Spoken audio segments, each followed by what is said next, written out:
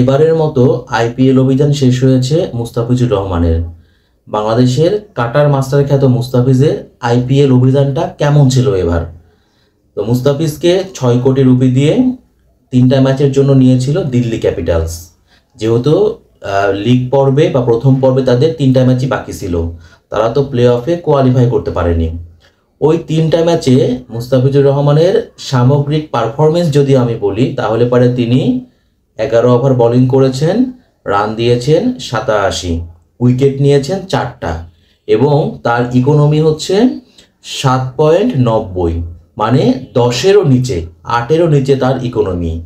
মুস্তাফিজুর রহমান তিনি প্রথম ম্যাচ খেলেছিলেন গুজরাট টাইটান্সের বিপক্ষে দিল্লিতে। নিজের প্রথম ম্যাচে তিনি কোনো উইকেট পাননি, কিন্তু ওই ম্যাচটাতে দারুণ বোলিং করেছিলেন।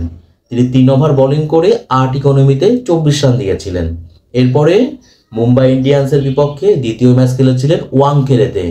সেখানে মুস্তাফিজুর রহমান 4 ওভার বল করে 30 রান দিয়ে একটা উইকেট নিয়েছিলেন।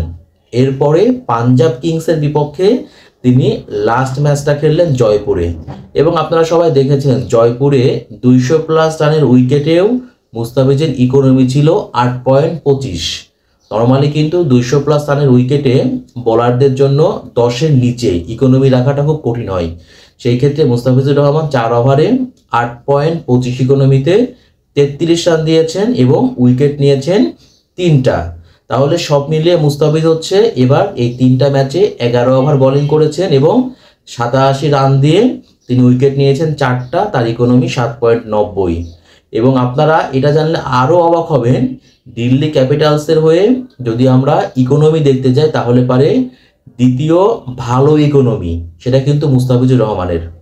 সবচেয়ে কম ইকোনমি কুলদীপ যাদব 13টা ম্যাচে তার ইকোনমি হচ্ছে 7.07, তিনি 15টা উইকেট নিয়েছেন।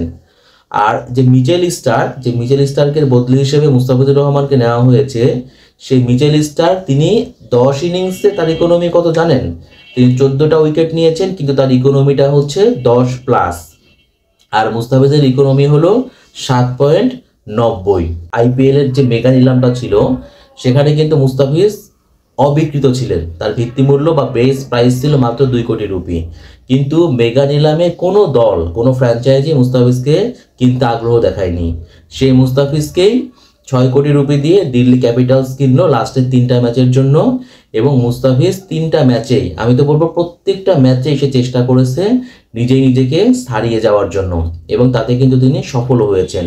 তার 3টা ম্যাচের পারফরমেন্স দেখলে পারে সেই জিনিসটা কিন্তু পরিষ্কার।